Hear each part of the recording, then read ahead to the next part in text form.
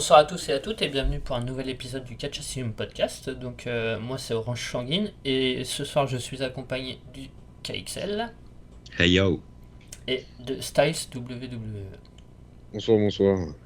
Et ce soir on va parler du pay-per-view qui a eu le week-end dernier de la All Elite Wrestling Full Gear. Et on va commencer par le buy-in que KXL a regardé, donc avec Shida et Rosa contre Jamie Hayter et Nyla Rose. Qu'en as-tu pensé alors du coup, KXL? Bah écoute, je me suis dit je vais regarder le buy-in parce que je le regarde toujours. Et j'ai vu un tag match féminin qui était correct, sans plus, où j'ai pas grand-chose à dire. Est-ce Les faces, est-ce qu'on oui peut dire vas-y. que c'était le meilleur match de la soirée des filles?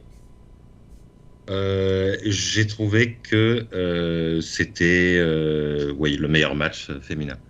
Bon, les deux étaient pas non plus incroyables, mais c'est ça, disons que ça se valait.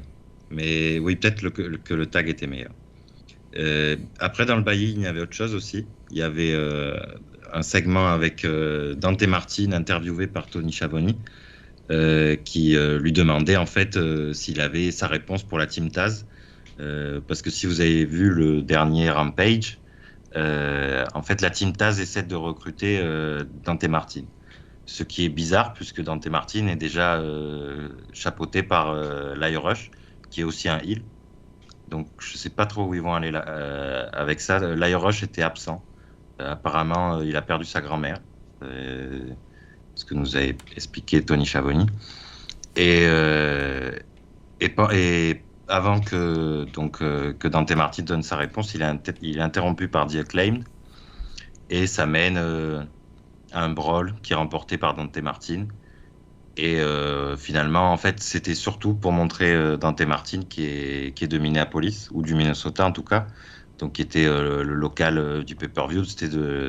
Le but, c'était de lui trouver une place. Et pareil pour la Team Taz et The Acclaimed, qu'on ne reverra plus de la soirée. Et voilà, c'est tout pour le buy-in. Pas un buy-in mémorable. On va passer du coup au pay-per-view. Donc, et au premier match, un singles match entre MJF et Darby Allin avec une victoire de MJF. Du coup, Styles, qu'as-tu pensé du match? Est-ce que ça serait pas le meilleur match de MJF à AEW jusqu'ici? Parce qu'il n'a pas eu beaucoup de matchs références. Il a eu un an de feud avec Chris Jericho, tout ça, où ils ont fait pas mal de trucs, mais en un contre un, je me demande si c'est pas son meilleur match. Il n'y a pas eu un bon match contre Jungle Boy? Si, Ouais, il y a un très bon à match Double or contre Nothing, Jungle je crois, Boy. l'année dernière. Même son match contre Jericho était pas mauvais à All Out, mais j'ai trouvé que c'était le plus abouti dans sa globalité. Je dirais pas que c'est le meilleur match de Darby Allin parce que son match contre Cody Rhodes l'année dernière était vraiment, vraiment, vraiment bien. Mais ouais, celui-là, je l'ai trouvé très, très bien. Alors, comme je l'avais écrit sur le forum, la première séquence voilà, séquence de début hyper chorégraphiée, tout ça, bon, c'est très bien que je suis pas très, très fan. Mais j'ai trouvé qu'ils ont fait un bon travail sur ce qu'ils voulaient vendre. Voilà, le side headlock pour la victoire. MJF qui a super bien vendu sa blessure au genou.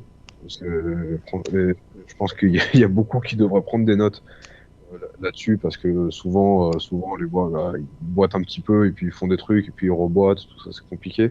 Moi, je trouve qu'il l'a très très bien vendu. Ouais. Par contre, je voyais pas trop l'intérêt de ce match, surtout pour Darby Allin parce que on a l'impression qu'il fait plus grand chose en fait. Il enchaîne les rivalités à droite à gauche sans que ça aille bien bien loin. On a l'impression qu'ils savent pas trop ce qu'ils veulent faire avec Darby Allin. Et voilà. Mais bon, globalement, ouais, match solide, très bon opener. Et toi, KXL? Bon, vous me connaissez, je suis assez enthousiaste avec les pay-per-view d'AEW. Et là, je vais commencer dans le vif du sujet. C'est mon match préféré de la soirée Pareil. et c'est peut-être mon match préféré de l'année. Donc c'est pour vous dire à quel point j'ai adoré ce match, mais Enfin, c'est vraiment un match que j'ai surkiffé du début à la fin, que ce soit les phases au sol qu'ils ont fait au début.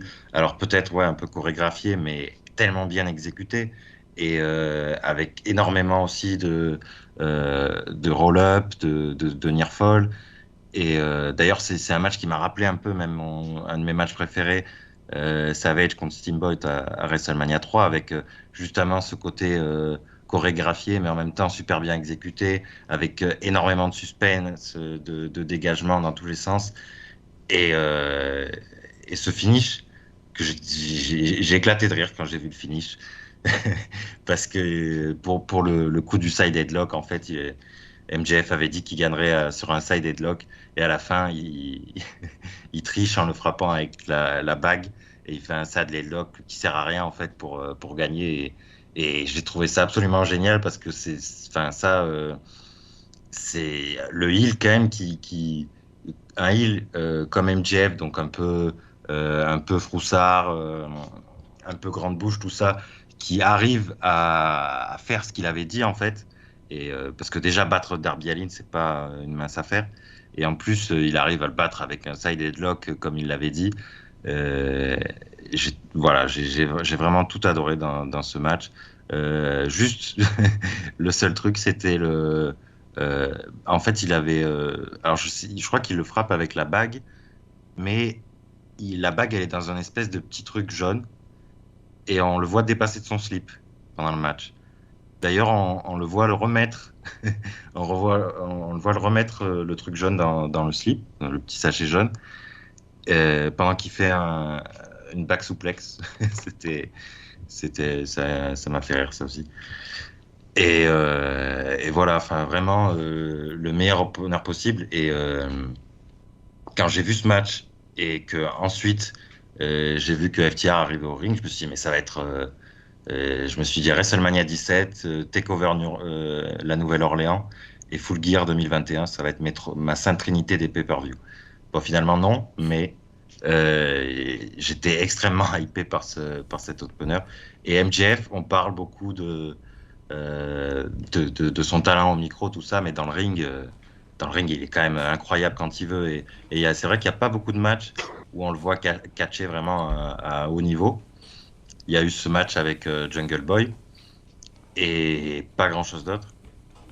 Et là, il démontre encore que quand il faut, quand il faut être bon dans le ring, MJF il est là aussi. Voilà donc. Après, je dirais que quand même, c'est aussi en partie grâce à ses adversaires, parce que il a quand même plus de facilité et ça reste vachement plus intéressant quand il a des poids légers en face de lui. Dans sa façon de catcher, il est beaucoup plus à l'aise, il peut mettre un peu plus de vitesse. Enfin, il est aidé parce que il affronte des poids moyens légers. C'est aussi ça, contre des poids lourds, ça va être des matchs. Bah, après, il faut de très bons catcheurs pour faire un très bon match, Oui, mais mais il y en a quand après, même qui ont quand même on plus l'a. de facilité face à des poids légers. Et, Il y avait le match contre John Moxley aussi que j'avais beaucoup aimé. Peut-être mon match de Moxley préféré d'ailleurs chez AEW. enfin, du coup, moi je te rejoins pour ce match, la qualité de ce match. Je te rejoins également pour le pay-per-view. Je me disais, on part sur des bases incroyables. Je me doutais que ça allait être un bon match, mais aussi bien exécuté. Ah, il y a aussi un truc que je voulais rajouter. J'ai beaucoup aimé déjà le public, j'ai trouvé qu'il était pas mal. Après, c'est peut-être le fait que pendant un an et demi, on était habitué à plus avoir de spectateurs et quand une fois de temps en temps tu regardes un show, tu te dis putain, c'est cool quand même de revoir ces gens qui chantent, qui supportent les heels, les faces, MJF, Darby, je crois qu'en plus il y a eu des chants pour les deux et tout. Et pendant tout le long du pay-per-view aussi, j'ai beaucoup aimé toutes ces petites références à Eddie Guerrero. Et si je dis pas de bêtises, parce que j'ai pas énormément connu Eddie Guerrero sur un ring, il y a eu une référence dans ce match, notamment à Eddie Guerrero, là, dans leur. Quand ils font les roulés, et je crois que c'est un truc de Eddie Guerrero, ça, si je dis pas de bêtises.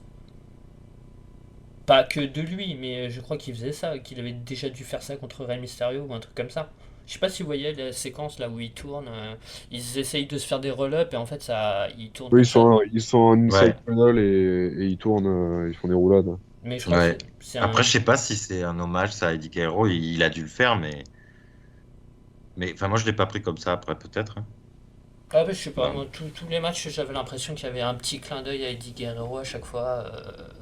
Tu vois, s'il y a un clin d'œil dans ce match, je le verrais plus sur quand il donne le skateboard à Darby Allin pour qu'il le frappe et se fasse disqualifier. Oui, ouais, bah oui, oui, moi aussi. C'est vrai. Ouais, mais devant les yeux de l'arbitre, c'est pas tellement la technique Eddie Guerrero, ça. Bah, il me semble qu'il l'a fait, qu'en fait, ensuite, il a développé la technique. Enfin, Oui. Non, mais mais je crois que ça part de là. ce que faisait Eddie Guerrero, c'est qu'il tapait avec la chaise par terre et il Voilà, la et jetait après dans il les la mains de donnait dans les l'adversaire mains et il se cassait la gueule pour faire Oui, croire. oui. C'était ça le truc. Mais il me semble qu'il a commencé à faire ça parce que justement, il avait fait déjà plusieurs fois le coup de donner un objet à son adversaire pour le frapper. Bah, il me semble. Peut-être. Et qu'après, il a développé ça, lui. Bon, du coup, on va passer à la note du match alors. Styles, tu lui mettrais combien?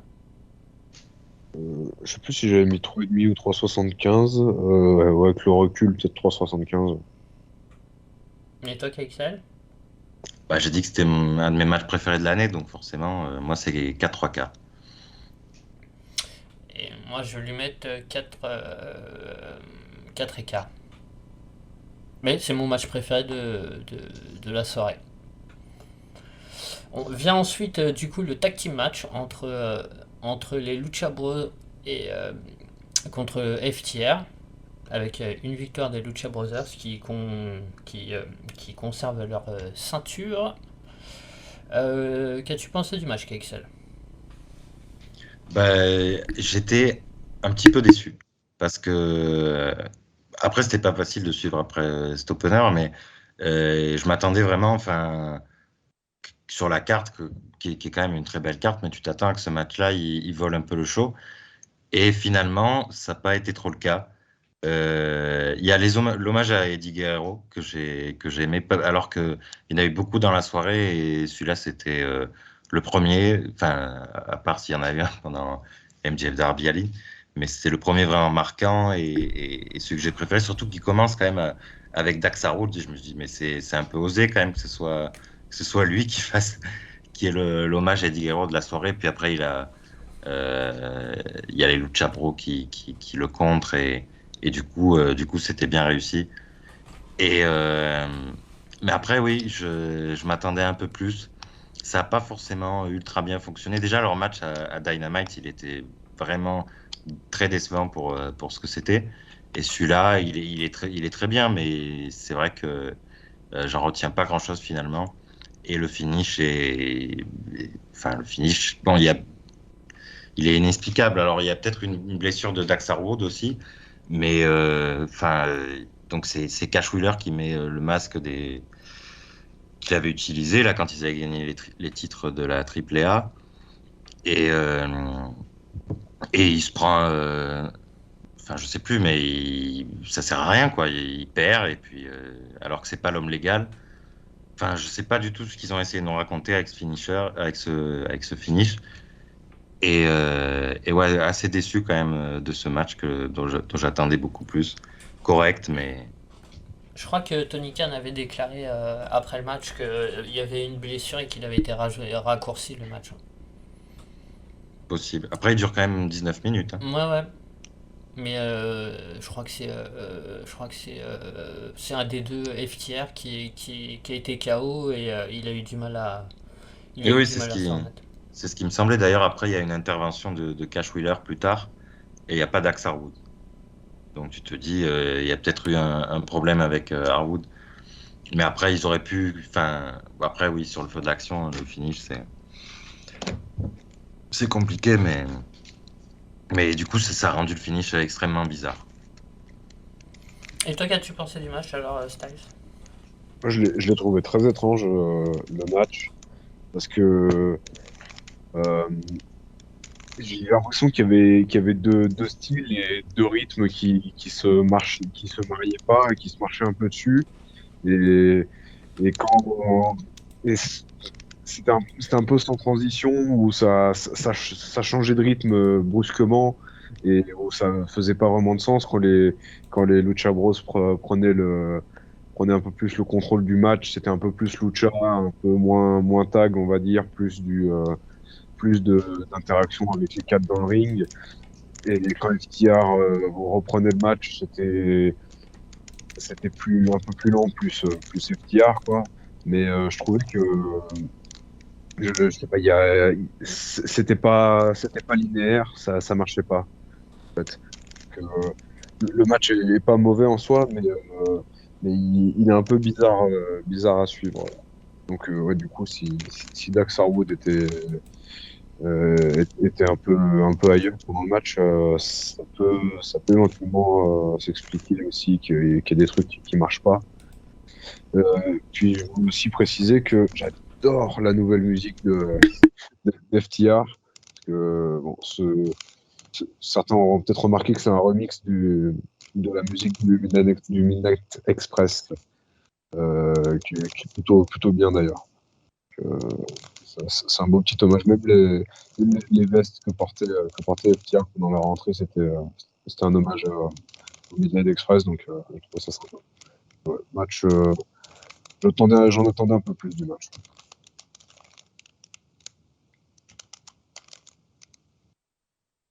Et du coup, vos notes, messieurs? Je mets un 3,5. Et Pareil. toi? 3,5 aussi? On va passer au match suivant. Mon Et deuxième toi, match. ouais, Ah oui, moi, mon match. Ouais, ouais, j'ai pas super non plus. 3,5 pareil que vous, ouais. Ça me paraît bien. On va passer ensuite à mon deuxième match préféré de la soirée. Donc Bryan Danielson contre Miro avec une victoire de l'American Dragon. Euh, Qu'as-tu pensé du match Excel? bah, j'ai bien aimé ce match. C'était un match un peu plus classique que le premier match, où bon, le deuxième c'était un tag, et avec une longue phase de domination de Miro au début. Et puis après, ils sont partis beaucoup sur les strikes et sous les soumissions. Et ouais, j'ai passé un chouette moment. Après, c'est pas mon match préféré de Danielson depuis qu'il est chez IW, mais c'était correct. Miro, euh, il a pas encore. C'est un bon catcheur, mais c'est vrai qu'il a pas encore de top match. Je crois dans sa carrière, il y en a aucun 4,5 ou plus qui me vient en tête, quoi. Ou même 4 un quart. Et, euh, et donc, je m'attendais peut-être un petit peu aussi à mieux sur ce match, mais quand même un match correct. Et puis, je vois la durée, là, c'est 19 minutes 59. Quoi. Les mecs, on leur a dit, vous faites 20 minutes, ils ont fait 20 minutes. Quoi. Et voilà, enfin, quand même sympa. Et une victoire de plus pour Bryan Danielson qui, lui, il est venu chez AEW pour catcher, quoi. Il est dans tous les matchs, dans tous les shows, il a un match. Il est catché. Et il a l'air de bien s'amuser en tout cas. Et ça fait plaisir. Voilà. Et toi, Styles? Oh, je trouvais que c'était cohérent, propre. Sans plus, j'ai eu l'impression que Danielson était un petit peu limité par Miro sur certaines choses, vu que Miro est moins mobile que certains avec qui il a déjà pu combattre à AEW. Donc j'ai eu l'impression que des fois Miro était pas spécialement dans le bon tempo par rapport à Brian qui gérait le match. Hein. Ça, on va pas on va pas se le cacher. Je suis sûr que c'est lui qui gérait le rythme du match et la construction.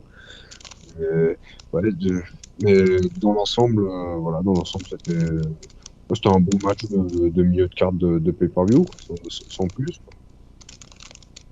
Je pense que j'avais même trouvé la finale du tournoi de l'année dernière meilleure que celle-ci. C'était Omega contre Strongman Page. contre Page, ouais, c'est ça. Ouais. Ouais, pour moi aussi, c'était un meilleur match. Il me semble aussi. En tout cas, de ce que j'ai vu là, de Danielson contre Miro, moi je suis impatient de voir Danielson à la NGP, hein. Mais vraiment. Parce que je pense qu'on va vraiment booker à la japonaise et tout. Je pense que ça va être un vrai régal à voir. Bah forcément, oui, c'est Danielson. Oui, Après, moi qui regarde pas New Japan, je pense que s'il y a un climax avec Danielson, je regarderai. le climax complet. Ou les Ouais, matchs de Danielson. ouais, le climax complet. Enfin, des fois, j'essaie de m'y mettre et puis je regarde les premiers matchs Le et mec, j'arrête. Baka, il fait pas si loin, hein. Il regarde que les matchs bien notés, hein. Ouais, enfin, cette année, d'habitude, il regarde tout, non? Ouais, quand c'est en vacances. Quand il est en vacances en général, ouais. Mais je crois que ça fait quand même 2-3 ans. Après, bon, faut dire que c'est plus trop pendant les vacances et tout, machin truc. Ouais, ça fait 2 ans que c'est tard. Avant, c'était plutôt en août. Ouais, c'était en août, ouais. Mais c'est à cause des JO qui ont été retardés et Hmm. décalés, et c'est pour ça. Du coup, vos notes de match, monsieur? Je mets trois quarts. Et toi, Styles? Pareil. Moi, j'ai mes 4. Vient ensuite, du coup, un six-man tag team match Fall Count Anywhere. Donc, entre le Jurassic Express, mince, j'étais en train de chercher leur nom, Jurassic Express et Christian Cage contre la Super Click, Adam Cole et puis les Bucks. Avec une victoire un peu surprise, hein, je pense. Enfin, je sais pas ce que vous en pensez des Face. Oui, surprenant. Je crois que c'est le seul match où je me suis planté au pronostic. Euh, Et non? je revérifie, mais il me semble qu'il y a un autre match où t'es passé à côté. Mais je crois que celui-là, il y en a qu'un qui avait pronostiqué Jurassic Express, hein. On avait tous mis un super clic. Ah oui, Ok. moi en tout cas c'est sûr. Je te confirme, j'ai mis Super Click. Bah, Et, moi euh, aussi, ouais. et je crois que oui, il y a 2 matchs on est passé à côté, hein. Ah oui, ça, vous avez fini premier ex aequo. Oui, mais je crois C'est quoi l'autre match? c'est 2 différents. Je crois que c'est 2 différents. C'est celui d'après, non? C'est Cody Rhodes et Pac, Ah, peut-être? peut-être. Non, parce que t'avais mis Cody Rhodes et Pac. Ah oui.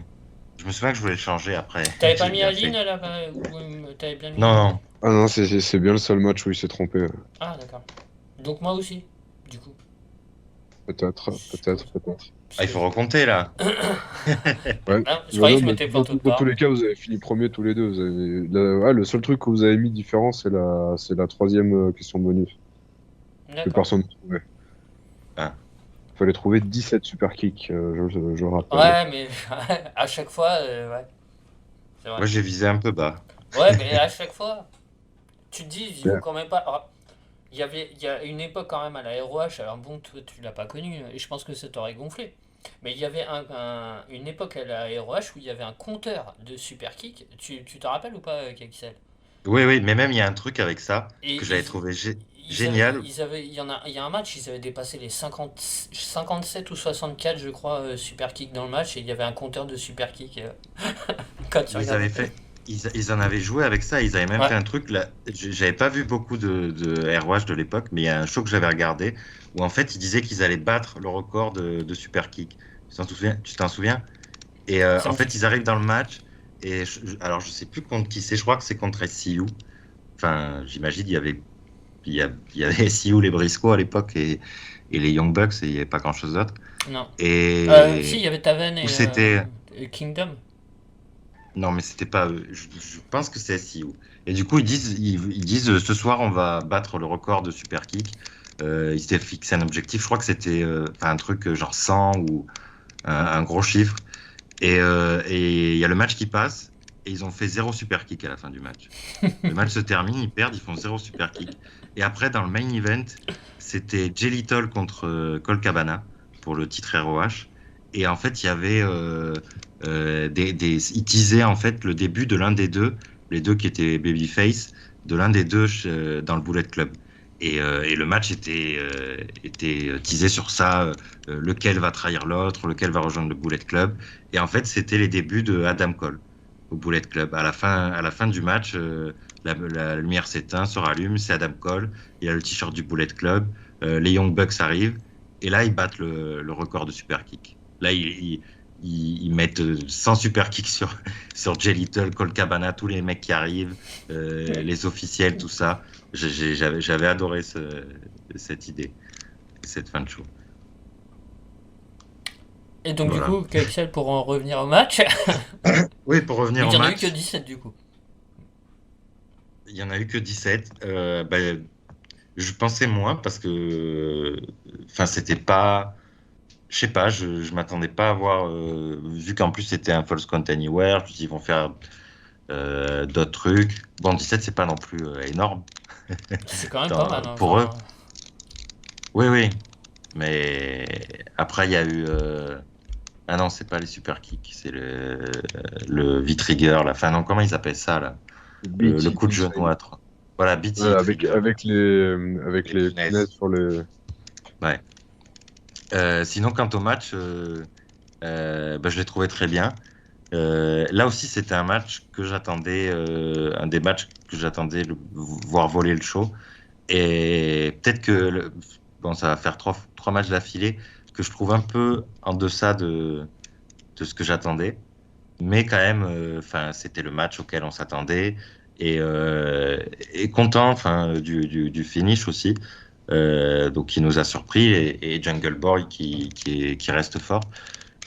Et du coup, entre le match entre Darby Allin et MJF, et là, Jungle Boy qui est le grand vainqueur de son équipe, il y a eu ce côté dans ce pay-per-view Full Gear de montrer justement les 4 piliers dont parlait MJF, le futur de AEW. Et un match que j'ai bien apprécié. Ouais. Je pense que c'est mon 3e match préféré de la carte. Et toi, Styles?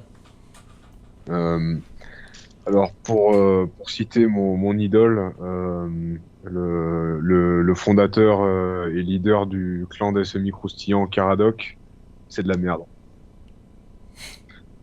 Voilà. J'ai appliqué le tarif Spotfest et tout le bordel, donc du coup j'ai mis 0,25. Puis voilà. Et du coup, c'est quoi qui va pas? C'est les règles qui sont bafouées du tag team?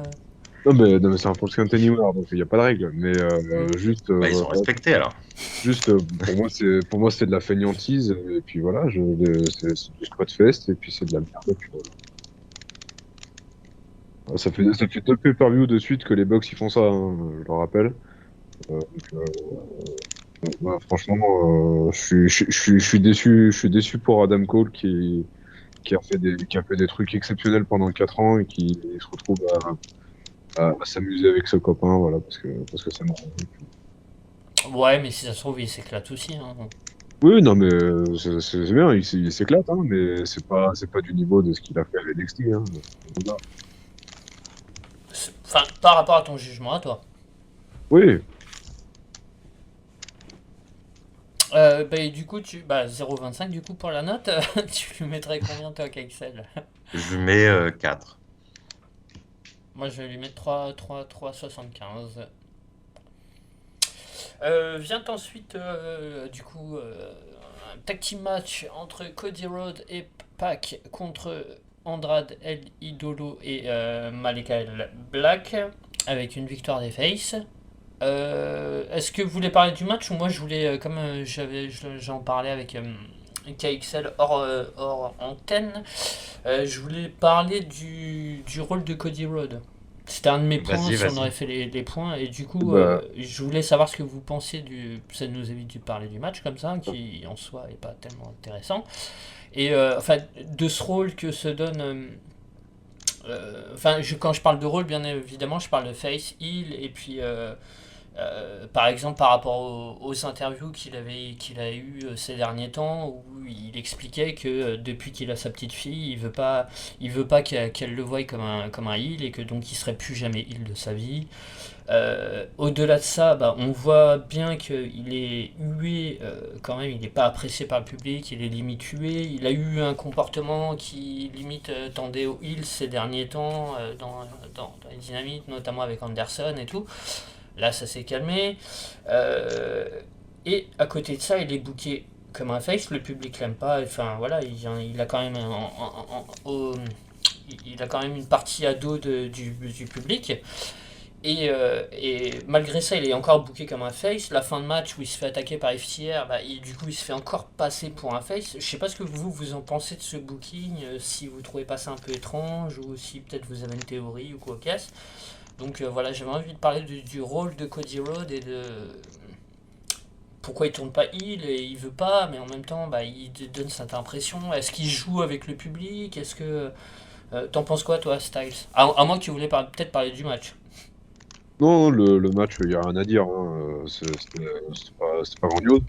Non, bah, figure-toi que c'est aussi l'un des points que j'envisageais. Ah, c'était. Ah, toi aussi. Ouais, parce que alors, bon, moi, je comprends son raisonnement, hein, mais ouais, il me semble qu'on en avait déjà parlé dans un podcast où j'avais dit que bon, parfois il a un petit peu trop envie de faire comme son paternel, alors que bon, il a pas le talent de son paternel, hein, on va pas se le cacher. Euh, Puis après, bon, est-ce que un Cody Rhodes qui essaie de se faire un petit peu plus face à l'ancienne, tout ça, et qui est booké quand même assez fort, un peu comme l'était son père à l'époque, hein. Son père, le style il était toujours booké hyper fort. En même temps, c'était lui le booker à un moment donné, et sans jamais avoir. Il a été 3 fois champion du monde, mais ça a toujours été des règnes courts parce que ça a toujours été un face qui était meilleur qui était meilleur justement dans la quête du titre et justement pour faire briller son antagonisme. Et j'ai l'impression que Cody il essaye, mais il n'y arrive pas. Donc forcément, ça devient un petit peu redondant et un peu chiant à la longue. Donc je comprends un petit peu le public qui se dit ouais bon, on en a un petit peu marre, hein. Donc ouais. Puis, par exemple, cette rivalité avec Black Andrade, je trouve que c'est un bon exemple parce que d'un côté, il y a sa feud avec Malakai Black qui avait commencé magnifiquement, où il se fait squasher, tout ça, il tease de prendre sa retraite, et il s'en prend plein la gueule derrière. À aucun moment Cody doit gagner dans cette feud, quoi. Puis en faire un match par équipe en rajoutant en plus Andrade dans le truc, on a juste l'impression que faut mettre Cody dans le pay-per-view, quoi. C'est Et toi, Kexel? Ben, pour Cody Rhodes, en fait, je sais pas trop quoi en penser. Parce que ouais, il tease beaucoup un heel turn, quoi. Il s'habille comme Homelander de The Boys, série que je trouve très surcotée d'ailleurs, mais c'est pas le sujet. Bouh. Je sais, c'est un peu une unpopular opinion, mais ouais, alors je sais pas trop où ça va aller. Et enfin, je trouve que si il fait ça, qu'il fait des interviews, comme tu dis, en disant qu'il serait jamais heel, et qu'après il tourne heel, donc qu'il casse cette promesse, qu'il casse la promesse aussi qu'on n'a pas oublié qui combattra jamais pour le titre. Et il en a reparlé d'ailleurs dans une interview en disant que il recombattrait de toute façon Jamais. plus pour le titre. Ouais. Ouais. Ben, je trouve que s'il a fait ça et qu'au final il tourne heel et il revient sur toutes ses promesses, je trouverais ça génial, je pense. Après, Ah bah, en et fait, là, pour le coup, le public il serait contre lui, hein. Là, en termes oui. de turn, enfin là, en termes de Et, summum de heal. et après, c'est vrai que ces huées, il les a un peu cherchés de la manière dont il s'est booké. Et en fait, j'arrive pas à savoir s'il a fait exprès ou pas. Et Et du coup, c'est bien parce que ça met le doute, mais je vais être soit déçu, je risque d'être déçu aussi. Enfin, ça me rappelle un peu ce que faisait WWE. Ils l'ont fait plein de fois aussi avec pardon, avec John Cena et avec Roman Reigns, de nous teaser des heel turns. Vous vous souvenez de Kane, de la rivalité entre Kane et John Cena, ou quand John Cena fait son heel turn avec le talon, et tout ça qui a jamais mené à rien. Et du coup, je sais pas quel est le projet de Cody Rhodes. Il va faire pareil que WWE, qui va jamais vraiment concrétiser, et qu'en fait il en joue juste pour en jouer, quoi, Ouais, mais d'accord, mais si ça mène à ce que le public soit contre lui, si tu veux, parce que ça, enfin voilà, si la résultante de ça, c'est qu'il est face et les gens ils vont supporter, pendant tes matchs, ils vont supporter les adversaires et les heals, enfin il y a quelque chose qui va pas. Oui, J'ai j'espère justement que ça va mener à quelque chose.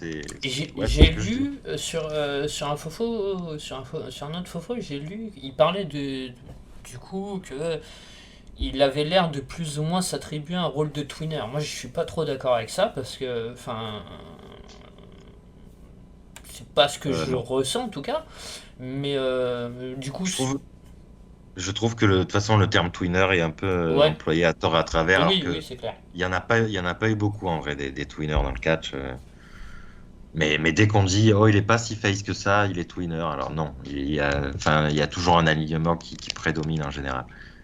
Et là, Cody Rhodes, il est clairement babyface pour l'instant. Hmm. Donc, On passe à la oui, note du vas-y. match ou vous aviez quelque chose d'autre à rajouter sur notre discussion sur le match? Euh, Écoute, moi, le match, je lui mets deux, trois quarts. C'était quand même correct dans le ring. Après, c'était clairement un filler comme match. Après, est-ce qu'il avait sa place sur la carte? Les quatre hommes, en fait, ils n'étaient pas all out. Donc, ça aurait été bizarre de ne pas les voir deux pay-per-view d'affilée. Et ils s'affrontent à Dynamite à chaque fois. Et donc, il fallait bien qu'ils fassent un pay-per-view quand même. Et Ah, mais les rajouter tous les deux alors que c'est deux stories différentes et après, oui, après, je pense. Alors, je sais pas, mais j'ai l'impression que c'est le programme, en fait, ils l'ont fait. Ils ont réuni les programmes pour faire pour terminer sur un affrontement entre Arn Anderson et Tully Blanchard. Parce que, enfin, en fait, c'est la seule manière de le faire. J'y pensais tout à l'heure, je me suis dit, c'est la seule manière de faire un affrontement entre les deux anciens Brainbusters, parce que Arn Anderson, il manage que Cody, et Cody, il a déjà feudé avec MJF, il a déjà feudé avec Shawn Spears, donc il ne reste plus que FTR, quoi, qui sont managés par Blanchard. Et comment tu veux associer Cody qui ne catch pas en équipe normalement avec FTR? C'est la seule façon, quoi. Et j'imagine que ça va déboucher sur un 4 contre 4, ça, ou un 5 contre 5, justement, avec Anderson et Blanchard. Mais je vois bien le 4 contre 4 venir entre Cody Rhodes et le Death Triangle contre Andrade, Malakai Black et FTR. d'accord. Donc c'était pour construire ça, en fait. C'était plutôt pour construire ce match-là que vraiment un match important de la carte. Et toi, Styles, tu voulais rajouter quelque chose ou tu passes directement à la note? Bon, je vais mettre une note, voilà, de 2,5. Voilà, bon, je trouve. Pareil, 2,5. Vient ensuite le seul match féminin de la carte et dont on aurait très bien pu se passer entre Britt Baker et Tai Conti, et avec une victoire de Baker qui conserve son titre. Et est-ce que vous voulez parler de quelque chose ou est-ce qu'on invite les gens à aller écouter notre avis sur la division féminine dans l'avant-dernier podcast? KXL. Ouais, enfin tout à l'heure on en parlait d'ailleurs, et je disais que en fait Tai Conti, elle a pas du tout été construite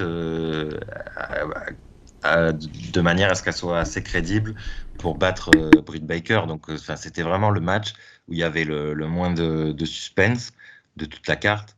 Et après, le problème aussi, c'est ce que je disais, c'est que je trouve que dans la division féminine, elle manque cruellement de star power et que du coup, pour construire une challengeuse à Britt Baker, qui est à peu près la seule star qu'ils aient, c'est compliqué. Et en plus, en aussi peu de temps. Donc, au final, on a eu ce match-là. Tay Conti, elle a été vendue comme un peu comme elle a eu le booking John Cena, quoi. Elle a défoncé Jamie Hayter, Bale, Britt Baker, et elle perd que sur un roll-up, ce que j'ai trouvé un peu abusé d'ailleurs justement pour un match aussi avec une challengeuse qui semblait vraiment à la portée de Britt Baker, terminer sur un roll-up, ça m'a un peu dérangé. Et en plus, il lui donne ce booking de super-héros, alors que pourtant elle a des alliés. On lui aurait pu lui mettre Tay Conti à ses côtés. Non, c'est elle, Anna Jay, pardon. J'étais en train de me dire. Je sais pas Anna pourquoi Jay Anna Jay est pas là. Ouais, je vois pas pourquoi Anna Jay est pas là, alors qu'on sait très bien qu'il y aurait il y allait avoir Jamie Hayter et Rebel dans les parages. Donc, un booking qui a vraiment pas aidé le match. Dans le ring, j'ai trouvé honnête. J'ai pas trouvé le match dégueulasse. T'es gentil. J'ai trouvé qu'il y avait du bon catch quand même de temps en temps. Peut-être qu'il y a quelque chose à faire avec Tay Conti. Moi, je m'en fous. Je le pensais et je le pense plus, mais. Moi, honnêtement, je m'en fous de Tay Conti, mais c'est pas une mauvaise catcheuse, je trouve. Voilà, donc finalement, toujours peu d'intérêt quand même sur les matchs féminins dans les pay-per-view AEW quand même. Et toi, Styles? Moi, je me suis fait bouffer pendant le match parce que je n'avais rien à foutre. Oh putain, les matchs féminins à AEW, je suis désolé, mais je peux pas, je suis obligé de faire autre chose en même temps. Hein, c'est pas intéressant du tout. Hein. Désolé, on se dit très rarement, ah tiens, le match féminin de ce pay-per-view à AEW, ça va être bien, tu vois, ça va être au niveau d'un Sasha Banks Becky Lynch ou un truc dans le genre, non. D'un moment, Ouais. je crois qu'il va falloir commencer à investir sur des dames au bout d'un moment, mais bon, je sais pas ce qu'il y a sur le marché de disponible, mais voilà. C'est exactement ce que je disais. Ouais. Il y a un problème avec le recrutement, quoi. Chez les mecs, ils prennent tous les catcheurs les plus talentueux disponibles, et chez les filles, Les talentueuses, personne. elles sont pas libérées de la NXT. Enfin, à ma connaissance, ils ont pas libéré les iconiques. C'est pas non plus feu de dieu sur sur le ring. En plus, elles ont signé à la TNA. Mais enfin, Impact, pardon. Après, il y a pas non Impact, plus. ils ont un meilleur roster. Féminin? Ah oui, sûrement. Ouais. Ouais, c'est vrai. Donc voilà. Oui, féminin, ouais. Ouais, ils ont récupéré Mickey James, ils ont fait un truc sympa avec Diana Perazzo, ils ont récupéré Mercedes Martinez, il me semble. Ils ont les iconiques, même si, voilà. J'adore Deonna Purrazzo. Franchement, elle, ça serait... Rosemary aussi, qui est toujours là-bas, si je dis pas de bêtises. Ouais. Qui est pas mal aussi, qui a une bonne gimmick installée, qui a... Mais Ouais, je pense qu'ils pourraient essayer de piocher dans celles qui vont se faire libérer de la Ring of Honor en fin d'année, hein, parce qu'il me semble qu'il y en a quelques-unes qui avaient un petit niveau. ils ont commencé, je crois. Hein. J'ai lu des rumeurs comme quoi il y a des filles que je connais pas d'ailleurs. Je vous invite, messieurs, à regarder, essayez de regarder. Notamment cette émission qui était passée il y a 1 an ou 2 de la Ring of Honor, Women of Honor. Il y avait eu notamment un tournoi sûrement pour devenir challengeuse. J'avais regardé 1 heure de ça. Vous voyez 5 ou 6 matchs All Elite Tag Team féminin, quoi. Enfin, c'est pas la division féminine de la ROH, c'est une catastrophe. Hein. Enfin, il doit peut-être y avoir une lutteuse à récupérer, mais et puis à l'époque, il y a quelques années, je me rappelle notamment d'une qui avait été recrutée, c'était la chérie Delirious qui était Booker à l'époque et tout, ils avaient eu même des soucis après. La division féminine à la ROH, ça fait quelques années que ça n'existe plus. Hein, enfin là, il faut pas compter là-dessus. Hein, sur les catcheuses de la ROH, enfin, j'espère qu'ils vont pas se. Il y en a peut-être une ou deux qui sont bien, mais là, ça me vient pas à la tête. Mais je vous assure que la division féminine de la ROH, c'est pas là-bas qu'il faut aller chercher des stars. Ou des potentielles bonnes catcheuses. Bah, j'en ai lu des bonnes choses, personnellement. Ah Après, bah, mais après, j'en ai aucune idée. euh, Mais, même. mais bon, il y avait Mayu Iwatani quand même à l'époque aussi, Oui, bah, qui était championne. qui avait été booké pendant un event et qui avait pas, ça avait pas été ouf du tout, un 3v3 ou un truc comme ça pendant un event de la ROH Mais elle pendant a le été Wrestle Con. championne. Oui, Elle oui, avait oui, été oui, c'est championne vrai, aussi. c'est vrai. Oui, mais booké par les Américains. Bon, bah, écoute, on verra. Ouais, et Contre des puis, moi, Japonais, je crois que ça avait donné des bons trucs, hein, les matchs d'Iwatani, mais quand elle avait défendu son titre, notamment avec, je crois, à la Stardom contre des japonaises, ou même à la Ring of Honor contre. Mais c'est pareil, ça vient de. C'est comme, tu vois, dans les années 2009-2010, il y avait des super matchs féminins à la ROH, parce qu'ils étaient en partenariat avec la Scheimer à l'époque, et il y avait Mercedes Martinez, enfin, qui venait défendre son titre et tout, et ça donnait vraiment des bons matchs, mais non, non, la division féminine de la ROH. D'ailleurs, elle devait être restructurée, là, il y a pas très très longtemps, ils en parlaient, je crois, au mois de juillet ou quelque chose comme ça, de la restructurer pour en refaire une plus, bah du coup, voilà. Mais, parce que je crois qu'il y avait une situation bordélique avec leur titre. Je sais plus comment. Je crois que la championne s'était barrée ou un truc dans le genre. Je sais plus ce qui s'était passé. Et il y avait eu un gros bordel avec leur titre féminin. après, heureusement qu'ils n'ont pas pris la All Elite Tessa Blanchard, parce que avec tous les trucs qui circulent sur elle et tout, bah, c'est pour ça qu'elle a toujours pas de Ouais, boulot. ouais, c'est pour ça que personne n'en veut. Ouais. Ouais, ouais. Hmm. Quel gâchis quand même. Ah oui, mais après, elle peut s'en prendre qu'à elle-même, cette jeune fille. Hmm. Donc, on va passer aux notes, hein, du coup, si vous voulez. Je pense qu'on peut parler vite fait de la réponse de Tony Khan quand il a été interrogé sur la division féminine. Et justement, le fait que ça soit pas un ouf. C'était une interview, il avait répondu ouais, non mais moi les filles qui étaient au pay-per-view féminin de la NWA, c'est moi qui les ai payées. Hein. C'est pas ce qu'on t'a demandé, Tony. Et puis ça change rien au booking so-so de ta division féminine pour laquelle tu as rajouté un titre qui va servir à rien. Il y a pas mieux.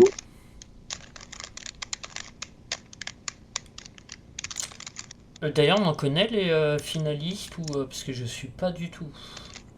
Je crois qu'elles sont encore en plein pendant le tournoi, Ah, mais c'est un plan, d'accord. Ils ont fait que le premier tour. D'accord. parce que le premier tour qui était techniquement un tour de qualification parce qu'il y avait déjà Des qualifiés pour le des tour qualifiés d'après. pour le deuxième tour. Ouais. Je crois qu'ils veulent que la finale ça soit le 4 janvier pour la première sur TBS. Ouais, D'accord. je pense. Enfin, ça a l'air, oui. Ouais, ça aurait du sens. Donc ça va tenir encore un mois. Tu vas avoir un match à Dynamite, un match à Rampage. Voilà. Après, je crois bien qu'il y en avait un qui avait été diffusé à Dynamite et qui était plutôt pas trop mal, hein, si je dis pas de bêtises. Je m'étais fait la remarque. Je crois que même que j'avais taillé la WWE en leur disant que. Bah oui. C'est Serena Deeb contre Hikaru Oui. Shida. Ouais, exact. C'est vrai. C'est le match qui m'a un peu réconcilié avec Hikaru Shida. Enfin, il y a eu deux matchs, d'ailleurs. Mais les deux qui étaient plutôt bons. Ah, fais gaffe, tu vas commencer à dire qu'elle te manque en tant que championne. Hein. Ah non, en tant que championne, non. Son règne, je le considère toujours comme horrible. Mais cette rivalité, après, voilà, s'il y a une catcheuse qui sort clairement du lot chez AEW, c'est Serena Deeb. Alors, il serait temps peut-être d'en faire quelque chose aussi. Et du coup, côté, alors, si je vais un peu dériver, mais côté WWE là et fin de contrat, ils auraient pas mis, enfin, ils auraient pas licencié une catcheuse qui pourrait recruter la All Elite, à part Ruby. Nia Jax. Non, on a dit une catcheuse. Oui, en termes de star power, alors bon, peut-être qu'elle élèverait le niveau, mais à faire des morts là-bas. Oh non, là, ils ont viré personne. Ah si, il y a Ember Moon. Ah oui, c'est Ah vrai. ouais, Ember Moon. J'avais oublié. Ember Moon, ça serait bien. ça rehausserait le niveau. Ah ouais, j'adore Ember Moon aussi. Et, celle qui était enceinte aussi. Euh, Lacey Evans, elle est toujours là. Non, elle est toujours là, elle s'est pas fait virer. non, non, non, non, non, non, c'est pas lacet. Non, non, qui était beaucoup moins bouquée, beaucoup moins, qui était une très bonne catcheuse à l'époque à la Sheimer, et quand elle a été recrutée à la WWE, bon après elle est devenue valet et tout ça là, dans un groupe de 3 filles, si je dis, bah avec Rubisso, je crois. Sarah Logan. Oui, Sarah Logan. Sarah Logan, ça fait 2 ans qu'elle est plus là. Et elle a pris sa retraite d'ailleurs. Ah mince. Ça fait un moment. Parce que elle, c'était une bonne catcheuse. Entre temps, elle a eu le temps d'avoir un gosse, de se marier et de prendre sa retraite. Je regarde pas beaucoup la WWE, Il y a eu- désolé. Bah, il y a eu Mia Yim qui a été licenciée là. Ah C'est vrai. oh, alors là par contre, ouais. Là par contre, ouais. Mia-Yim Britt Baker, ah. Là, ça deviendra Pas intéressant. très fan. On va passer aux notes du match, du coup. Bah, 2,5. Et toi, Styles? Pareil. Hein. Moi, je vais lui mettre 2. Parce que Taya Conti, voilà. On va passer ensuite au match CM Punk contre Eddie Kingston avec une victoire de CM Punk. Qu'as-tu pensé du match, Styles? Déjà, CM Punk qui s'est fait huer en 2 mois, j'aurais pas parié là-dessus. Euh, le match en lui-même était correct, quoi. Un bon grudge match de milieu de pay-per-view. Alors, bon, en même temps, avec les 2 matchs qui suivaient, c'est normal que la foule était un petit peu éteinte. Ça s'est un petit peu réveillé pendant le match, mais c'était un petit peu plus poussif à certains moments. Euh, mais ouais, et Avec les puis, 2 matchs qui venaient de se taper, ouais, mais même pendant le trios, j'avais trouvé le public un peu plus éteint. Mais c'est souvent comme ça que les publics des AEW, les premiers matchs, genre la première heure, ils sont un peu plus bruyants. Et puis après, il y a un gros creux et ça repart un petit peu en fin de show généralement. Mais ouais, j'ai pas. J'avais même pas capté qu'ils avaient commencé à huer quand il s'est payé la tête de John Cena, tellement tellement ça paraissait invraisemblable. Ouais, c'était un bon grudge match, honnête, mais pas exceptionnel, quoi. Mais honnête, quoi.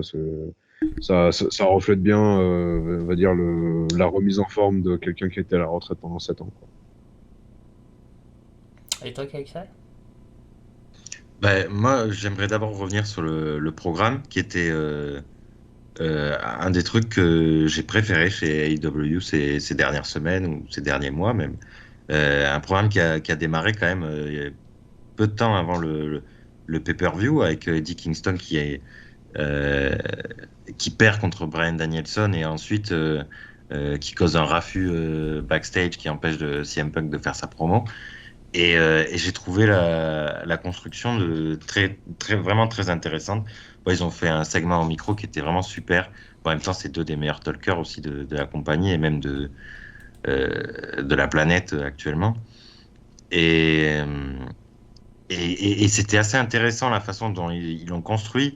Parce qu'au début, c'est légitime que Punk il en veuille à Kingston euh, pour ce qui s'est passé donc pendant sa promo, mais après il a commencé à en faire un peu beaucoup, genre ouais, c'était ma promo, c'était mon air de parler, quoi. J'ai pas pu faire ma promo, il a commencé à rajouter un peu trop.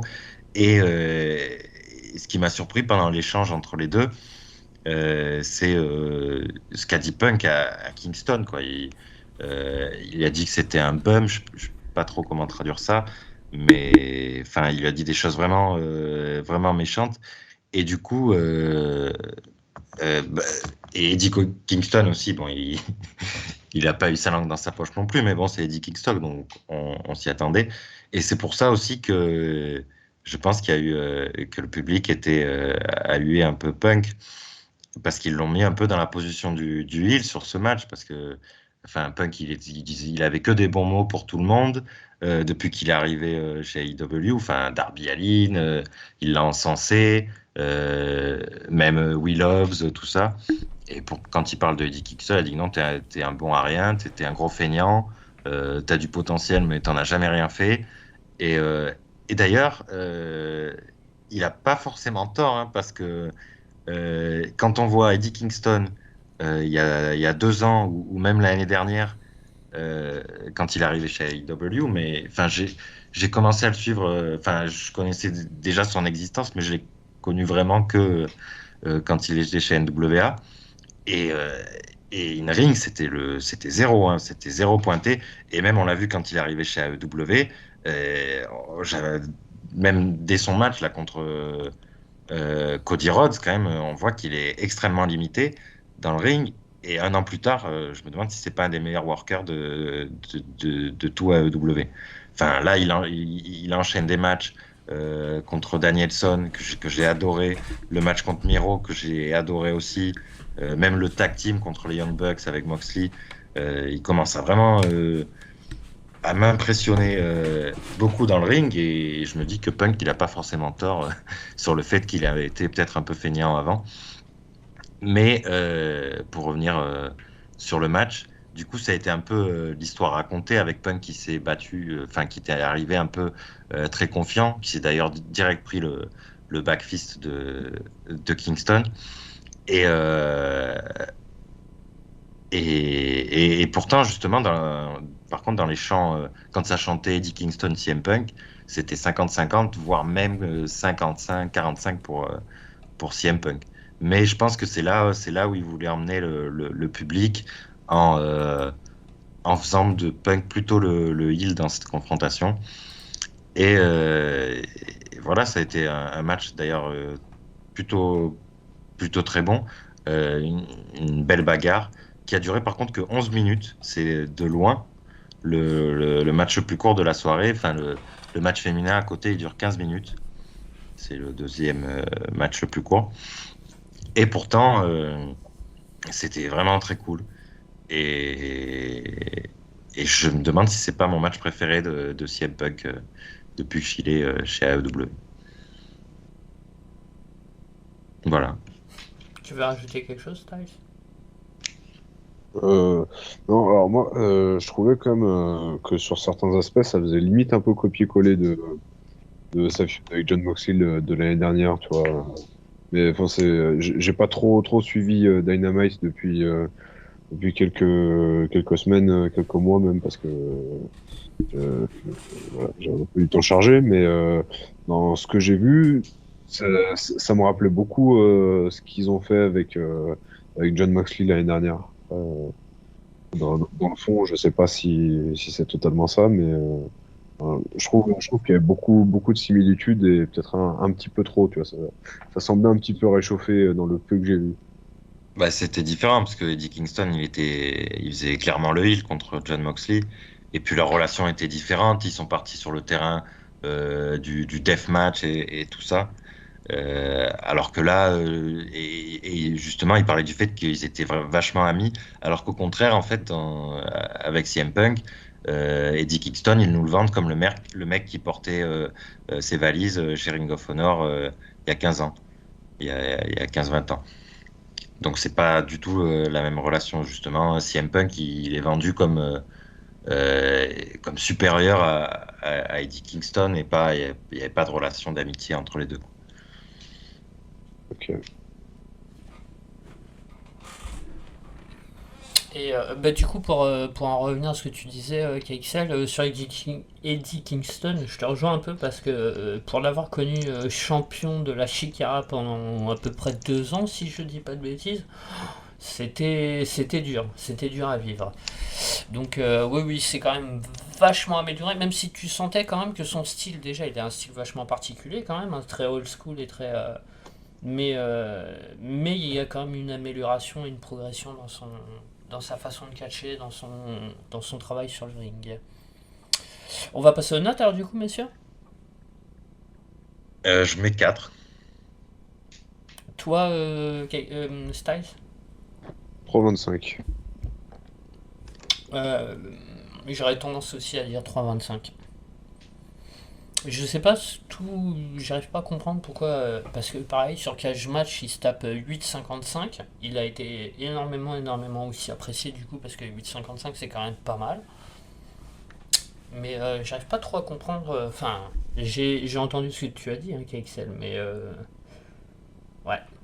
Bah, c'était un gros brawl, plutôt court d'ailleurs, mais assez violent et avec pas mal quand même de moments un peu qui restent, comme justement les deux go to sleep, le backfist pour commencer, le blade job de CM Punk, quand il essaie de faire, quand il fait Cena.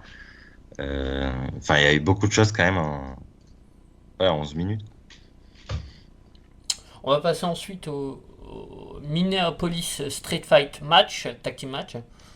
Donc le Inner Circle contre les American Top Team et les Men of the Year.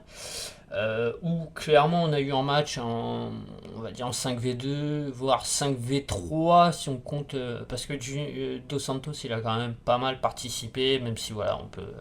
C'est pas un catcheur, faut le rappeler. Les deux autres, on les a quasiment pas vus, si ce n'est Lambert pour faire le guignol sur le ring.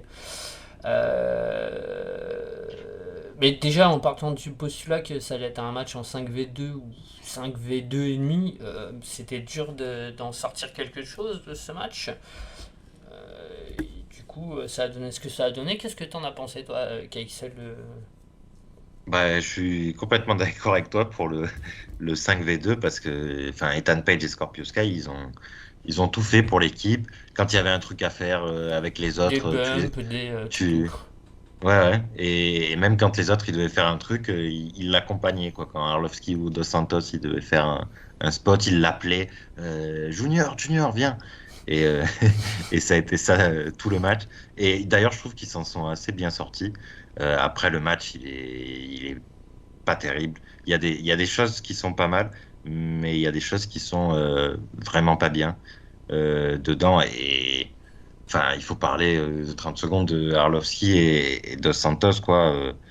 Enfin, je sais plus qui disait que, que généralement, et on le pensait aussi, que les mecs du MMA, ils s'adaptaient bien au catch.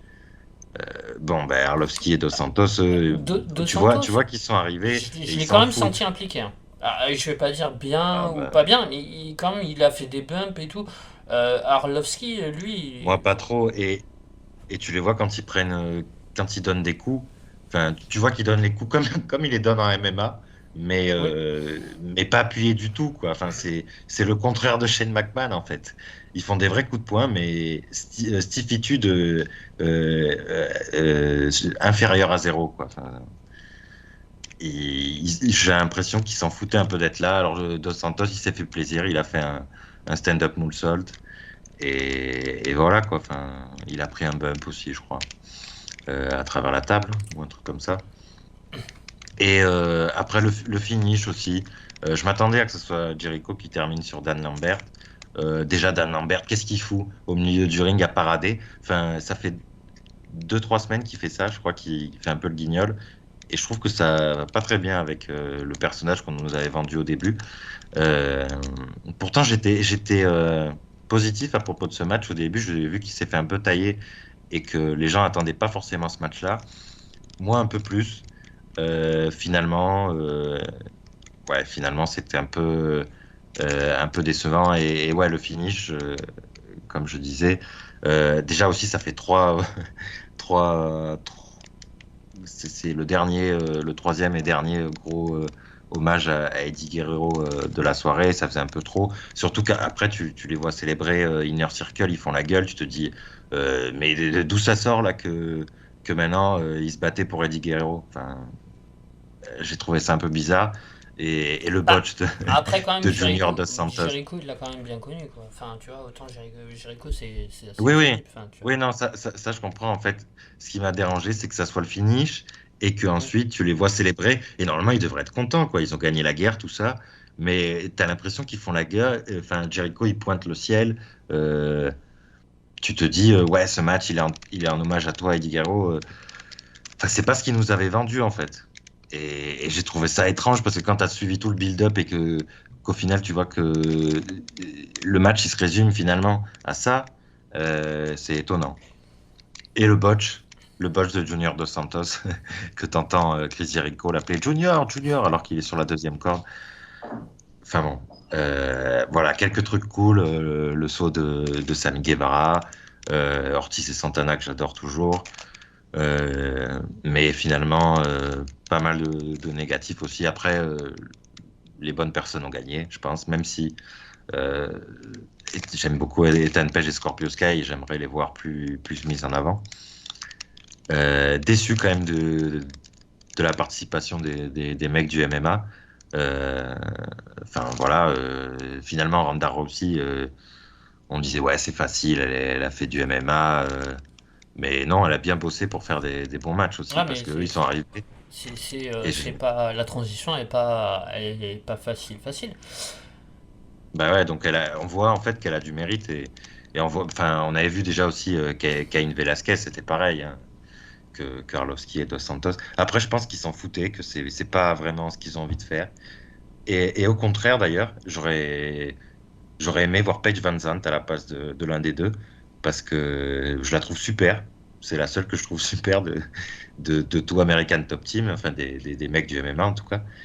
Et bon, bah, ils n'allaient pas faire d'intergender, mais ça serait une bonne recrue, je pense, pour AEW, Paige Van Zandt, si c'est ce qu'elle a envie de faire. Parce que je trouve que c'est vraiment une super heal du peu qu'elle a fait pour l'instant. Tu veux ajouter quelque chose, Styles? Ouais, ils ont quand même réussi à faire pire que le False Count Anywhere plutôt dans le truc. Mais ça rappelle aussi pourquoi il faut pas faire deux matchs du genre dans le même pay-per-view. Au bout d'un moment, bah, c'est du déjà vu. Quoi. Puis, c'est- ça casse pas trois pattes à un canard, c'est un euphémisme. Hein.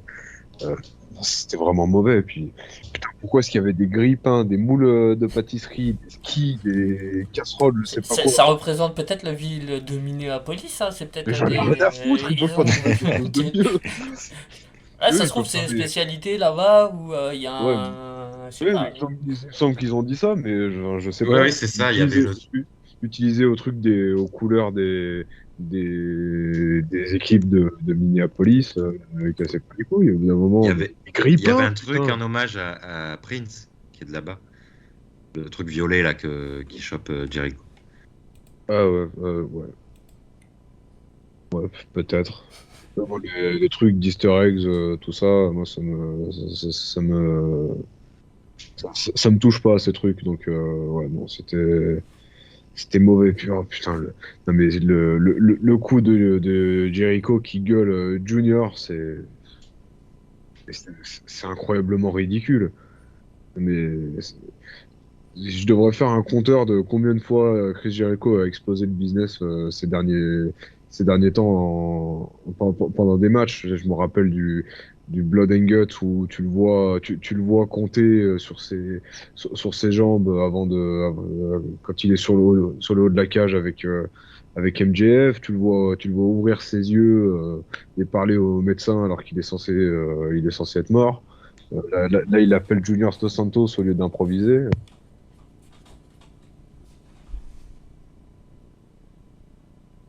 Ouais, enfin, c'était le finish, donc bon.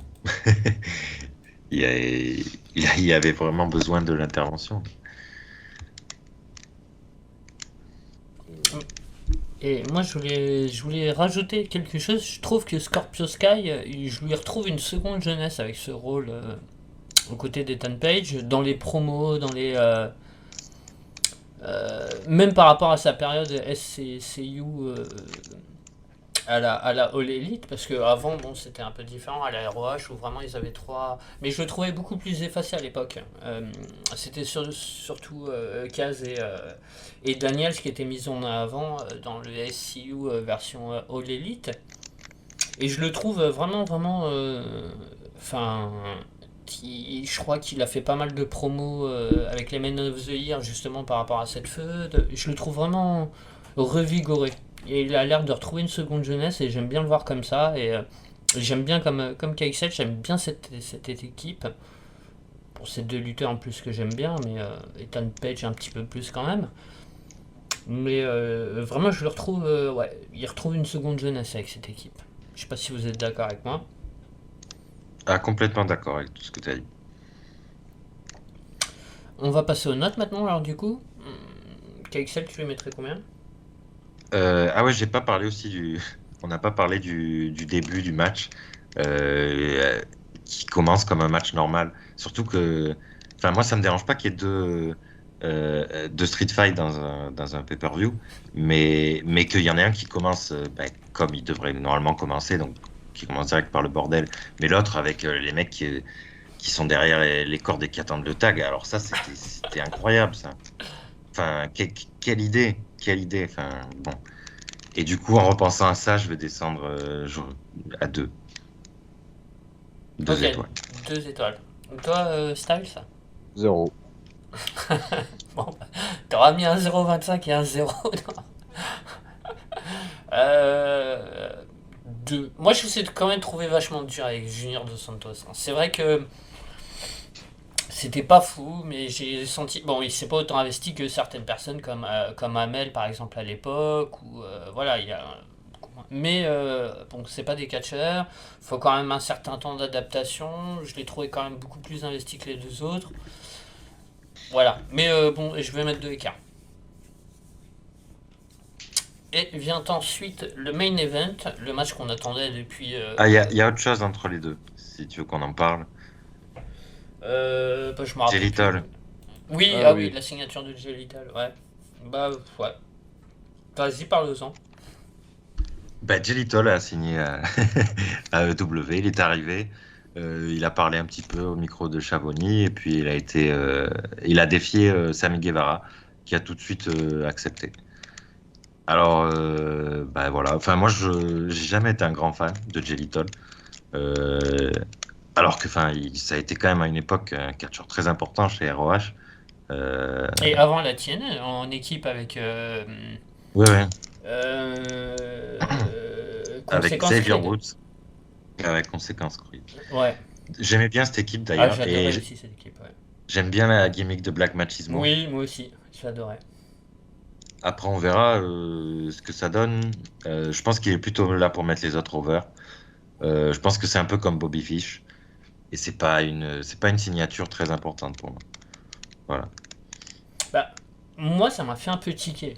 J'avais été spoilé, mais moi, ça m'embête parce que, bon, je peux comprendre quand tu recrutes du CM Punk, quand tu recrutes. J'attends toujours Bray Wyatt. Même Strowman, je comprendrais qu'il signe Strowman, par exemple. Mais Jay Lethal, ça va rien t'apporter en plus, ça va pas t'apporter de viewer, ça te bouche un peu plus le main event et voir l'upcard, parce que ok, mais derrière, ceux qui ont brillé, entre Il va pas guillemets. boucher le main event, Jay Little, quand Non, même. mais c'est une façon de parler, ou les titres, tu vois, là il challenge déjà, ouais, ok, donc ça veut dire que MJF il va être encore à côté à regarder, Jungle Boy, enfin tu vois, il y a Darby Allin, il y a. Peut-être qu'il y en a peut-être encore d'autres derrière qui potentiellement il y avait merde, il y en avait un des Varsity Blondes que je Brian trouvais, Pillman. voilà, par exemple, à venir, quoi, tu vois, des futurs Jungle Boy, quoi, mais ça fait un nom en plus qu'il va peut-être falloir mettre, parce que CM Punk il est dans tous les pay-per-view, Danielson aussi, enfin à un moment donné, tu peux pas mettre tout le monde dans les pay-per-view, hein. Tu peux pas mettre Cody, tu peux pas mettre. Bon, j'ai pas regardé la liste de ceux qui n'étaient pas utilisés, par exemple, pendant Full Gear. Mais à un moment donné, tu peux pas mettre tout le monde. Et Jay Lethal, pense que c'est quelqu'un qui va apparaître souvent sur une carte de pay-per-view. Ça m'emmerde un peu. Moi, je pense qu'il aura un rôle plus important que Fish. Je pense pas, perso. Pareil, Et je vois plutôt avoir des matchs régulièrement à Dynamite ou à Rampage. Par exemple, peut-être avec le titre TNT, voir des matchs télévisés et aider en temps mid-card, apporter un peu d'expérience pour lancer des jeunes, mais je le vois pas prendre une place proéminente, hein. Ça, c'est clair. Je pense qu'il est là juste parce que la Ring of Honor a viré tout le monde. Ouais, Et ouais. par rapport à ce que tu disais, OS, c'est vrai qu'ils ont un roster qui paraît surchargé, mais personnellement, je trouve que pour l'instant, ça leur fait pas vraiment défaut. Enfin, je vois pas. Enfin, je m'inquiétais aussi avant, mais il y a des gens qui arrivent, il y a des gens qui arrivent, il y a personne qui part. Et je trouve que le produit est toujours bien, que tout le monde est plutôt bien utilisé, à part quelques rares exceptions. Mais pour l'instant, je trouve que ça leur cause pas de problème d'avoir un roster aussi large. Et en plus, avec les systèmes de clans, ça permet aussi de caser plus de monde sur une carte, même si c'est pour faire une apparition, Oui, quoi. oui, mais alors, admettons là, si tu vois ça comme ça, ok, mais admettons, est-ce que tu trouves pas ça pas logique? Je te donne un exemple, je lis pas l'avenir, tu vois, mais admettons, MJF, il est pas dans le title match avant 3 ou 4 ans, tu penses que c'est normal ou pas? MJF, c'est le prochain champion. Je te le dis tout de suite. Bah, j'espère, Dans deux mais pay-per-view ou avec trois, il va. Danielson, avec CM Punk, avec Danielson, enfin, je l'espère sincèrement, mais je l'espère. C'est pour ça, d'où le fait que aussi j'ai misé sur sa victoire en opener, en partant du principe que ça va être le prochain challenger à Page. Mais je me dis, avec toutes ces arrivées, enfin, ça a fait de moins en moins de place pour les petits jeunes qui demandent qu'à progresser et qui peuvent se faire une place. Après, ça dépend justement. Je trouve qu'il y en a qui sont bien utilisés pour mettre over les jeunes et ils font presque tout ça. Regarde Christian Cage, Matt Hardy, Matt Sydal. Ils sont tous utilisés pour mettre over Ouais. des gens plus jeunes. Alors, je pense que c'est ce qu'ils vont faire aussi Enfin, avec Matt Sydal, par exemple, c'est Shellyton. surtout pour mettre over la mid-card, quoi. Des petits lutteurs de mid-card, comme Dante Martin Oui, oui. et. Bah forcément, Matt Sydal, il va Hmm. pas main eventer. Oui, non mais. On verra bien, mais j'espère que ça va pas être encore. Si Wyatt arrive dans les semaines qui viennent ou dans les mois qui viennent, et ensuite Strowman, faudra tout. Non, Strowman, bah, c'est mal en point quand même pour les deux, hein, apparemment. Ça a l'air de moins en moins sûr. Ouais. Strowman, apparemment, il doit signer à Impact, hein, si je ne me trompe pas. Bah, même Impact pour Strowman, apparemment, ça serait pas le cas. On verra. Ouais, moi, je garde mon pronostic, au moins pour Strowman, il est de retour à Stamford dans 3 ans minimum. Ouais, je pense aussi. Ah, même Peut-être avant. Moyette aussi, hein. Même avant. Je pense que ça se trouve, c'est peut-être pour ça qu'il signe même pas. Non, Qu'il mais fait c'est languir tout le surtout monde. ça doit être pour baisser son salaire. Peut-être qu'ils l'ont laissé partir. Et quand ils lui referont une offre, ils lui proposeront un moins gros salaire. Ah, moi je dis que même dans 6 mois, il retourne à Stanford. Et même, apparemment, le truc, quand il est parti, il avait perdu je sais plus combien de pourcentage de mobilité à une jambe aussi. Donc, fallait qu'il se repose aussi un moment, il me semble. Du coup, bref, on va revenir au main event de ce pay-per-view. À moins que vous vouliez rajouter quelque chose sur Jay Lethal. Non. Styles. Non, moi, je vois juste que ça fait un peu polémique sur Twitter parce qu'il y a il y Ah a oui. les accusations contre lui qui ressortent. Euh, bon, accusation ne fait pas condamnation, donc j'en ai rien à foutre. Des accusations de. Accusation De condamnation. Tyler Hendricks, qui Ah, l'avait accusé euh, de Seulement, l'avoir harcelé. Ou, ouais. seulement sexuel, il me semble. Et d'ailleurs, elle a tweeté juste avant Full Gear pour promouvoir le show. Et voilà. Du coup, malaise. Mais c'était pas ça valait? Ouais, c'est ça. Ouais, c'est ok. Ok. Bon, du coup, on va revenir j'étais pas au courant de cette histoire. On va revenir au main event, donc du match tant attendu depuis moult mois, presque moultes années, donc entre Adam Page et Kenny Omega, et c'est le Cowboy Page qui a remporté le titre, la ceinture, et qui repart avec Style. Qu'as-tu pensé du match? Alors, c'est un petit peu le monde à l'envers parce que moi, c'était mon match préféré de la soirée. Bizarrement, je suis le seul à choisir le match de Kenny Omega. Kenny Omega en plus.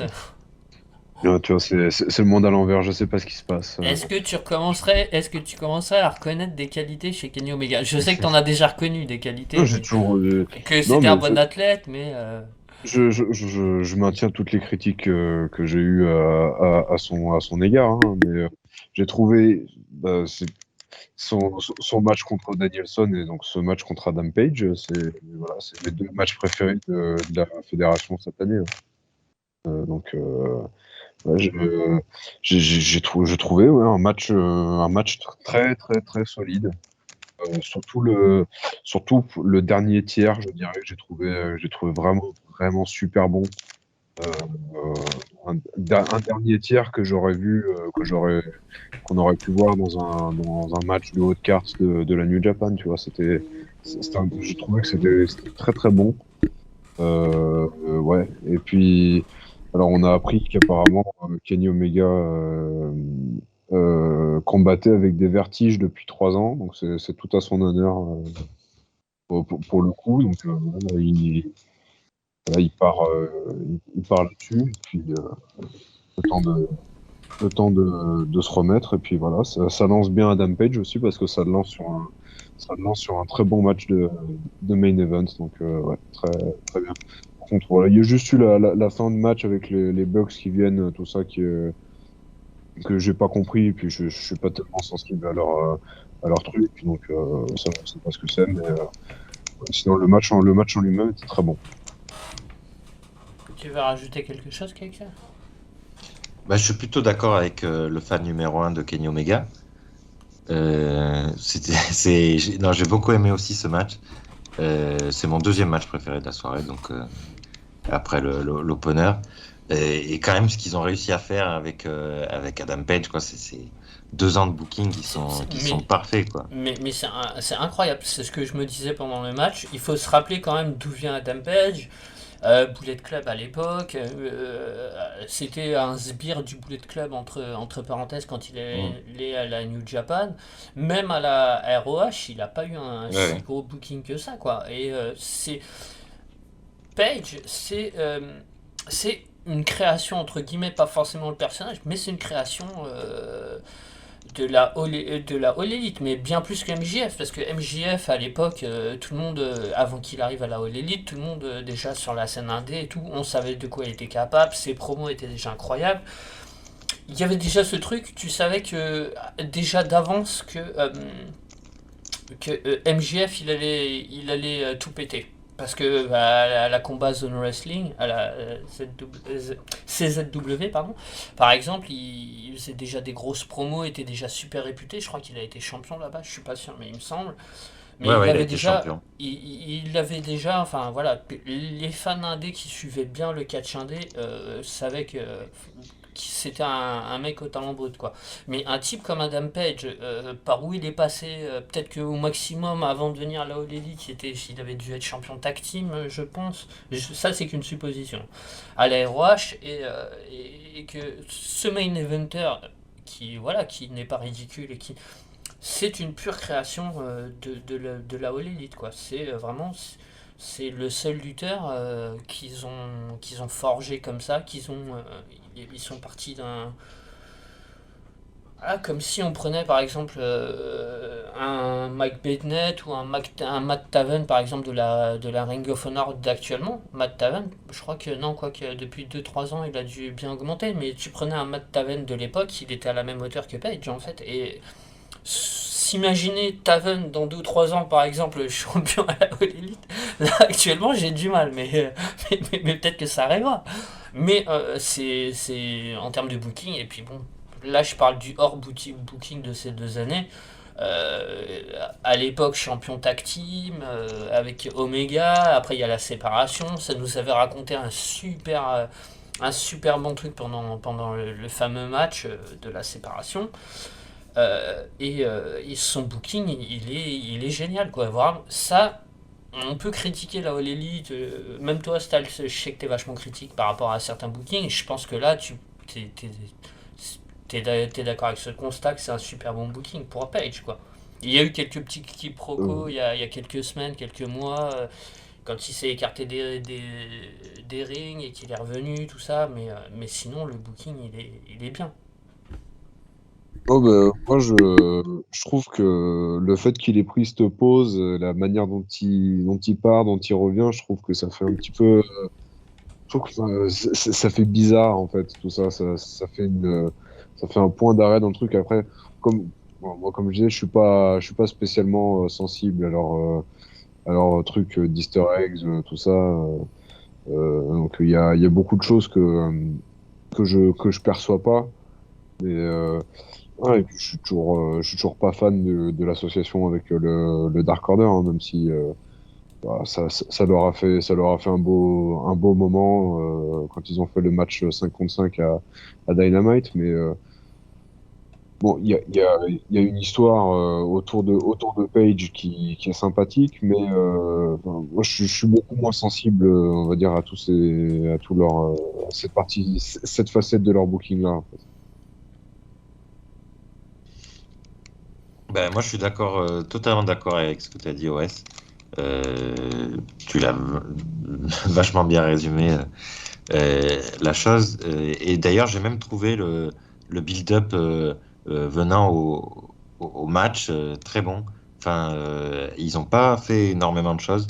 Il y a eu la promo de d'Hangman Page. D'ailleurs, j'avais critiqué parce que c'était avant le main event. Enfin, c'était dans une place vraiment de merde pour ce que ça devait être. Qui en plus, c'était une super promo. Et ensuite, il y a eu le match d'Halloween là, que j'avais adoré. Alors ça c'est vraiment le catch que j'aime. Enfin, j'avais adoré le swerve avec Hangman Page dans Bibendum. Et le dernier segment, celui qui devait et qui a clôturé le dernier Dynamite avec la signature de contrat, le retour de Don Callis, Kenny Omega qui signe avec le sang de Hangman Page. Franchement, c'était super. Et voilà, enfin, le match, il était déjà gagné d'avance, je pense. Et puis ils sont arrivés samedi et ils ont fait un super match. Euh, voilà, enfin, ça aurait pu être encore mieux, je pense. Enfin, je pense que là, c'était vraiment le moment d'aller dans la surenchère et ils y sont pas tellement allés finalement. Il y a eu le One Wing Angel de Page sur Omega qui a été. Il y a eu le dégagement. Et ouais, ensuite le finish, les deux back suplex sur la nuque et le double buckshot lariat avec donc les Young Bucks qui sont là. Alors je sais, moi aussi ça m'a surpris. C'était bizarre d'un coup les Young Bucks ils arrivent et ils lui disent vas-y. Donc je suis curieux d'en savoir plus, quoi. Oh, Mais je pense un très solide main event. Oui, pardon, vas-y. Non, je pense qu'il n'y a pas grand-chose à comprendre. Je pense qu'il n'y a pas de turn ou quoi que ce soit. C'est juste la reconnaissance que moi c'est comme ça que j'ai ressenti que que Page était plus fort sur ce match et c'est une sorte d'approbation juste à bon bah ok t'as été plus fort en 1v1 et on va pas intervenir parce qu'on a quand même un passif ensemble mais il n'y a pas de tu vois il y a pas de sous-entente de quelque chose enfin c'est ce que j'ai ressenti quoi.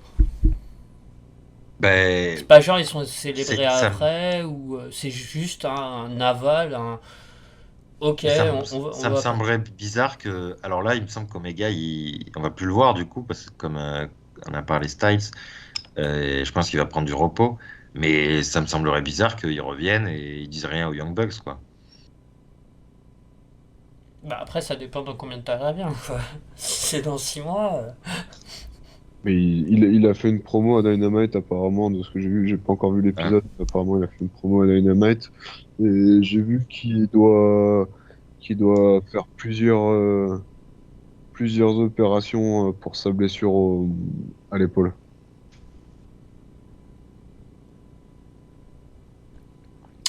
Ok.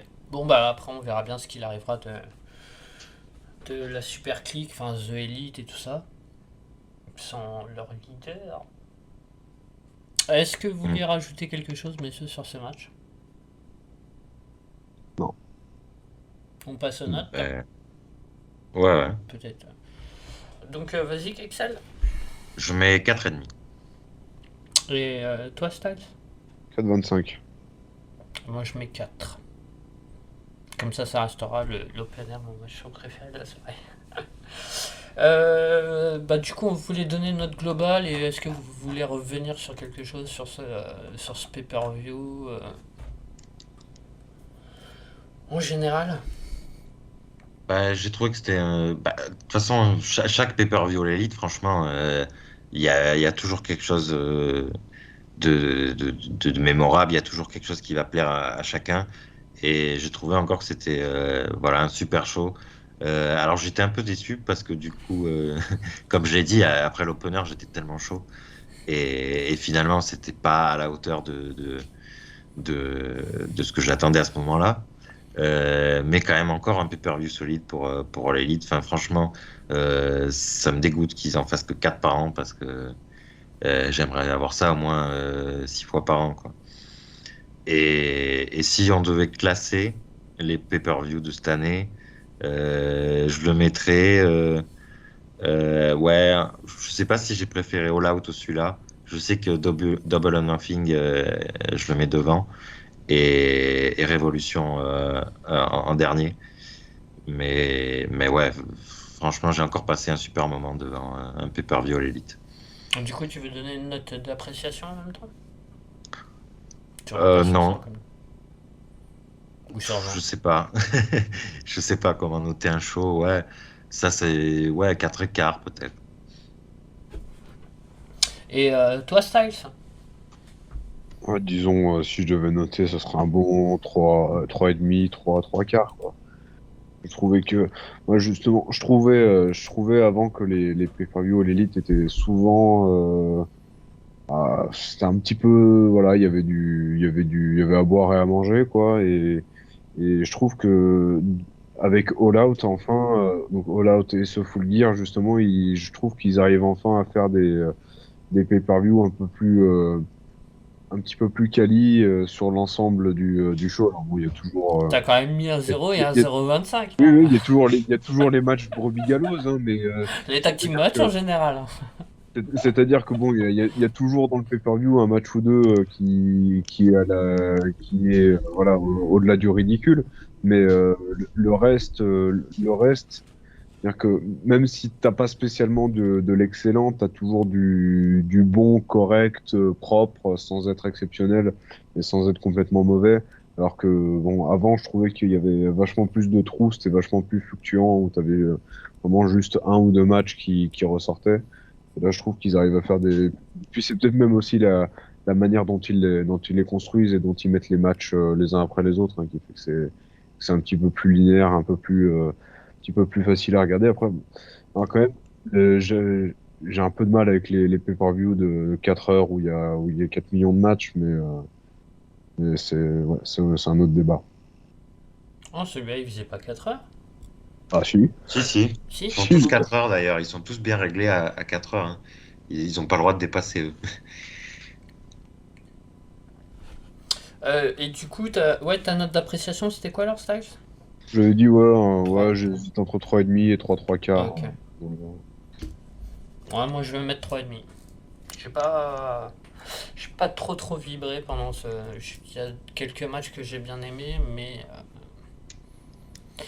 Mais ça n'a pas non plus été le grand pied. Bon bah merci à vous deux d'avoir participé à ce podcast. Merci à tous de nous avoir écoutés jusque-là. Une petite pensée pour Gbaka, l'ami Gbaka, qui du coup n'était pas là ce soir, mais je pense qu'il était d'accord avec nous. Bon, sur certains matchs, du coup, on sait pas, mais je pense que dans sa globalité, il nous le dira de façon et confiance en lui dans le topic du podcast. Et, euh, et voilà, merci à tous de nous avoir écoutés. N'hésitez pas à nous suivre sur le Fofo, sur YouTube. Et puis à la prochaine pour. Je sais pas si on va en faire un décembre, début décembre. Il y a peut-être un pay-per-view de la NJPW qu'on va peut-être faire. Ou alors ce sera peut-être directement les The Awards si on se cale les The Awards. Voilà, merci à tous de nous avoir écoutés jusque-là. Et puis ciao. Salut Gbaka et ciao. Mettez un pouce bleu, mettez la cloche. Activez la cloche.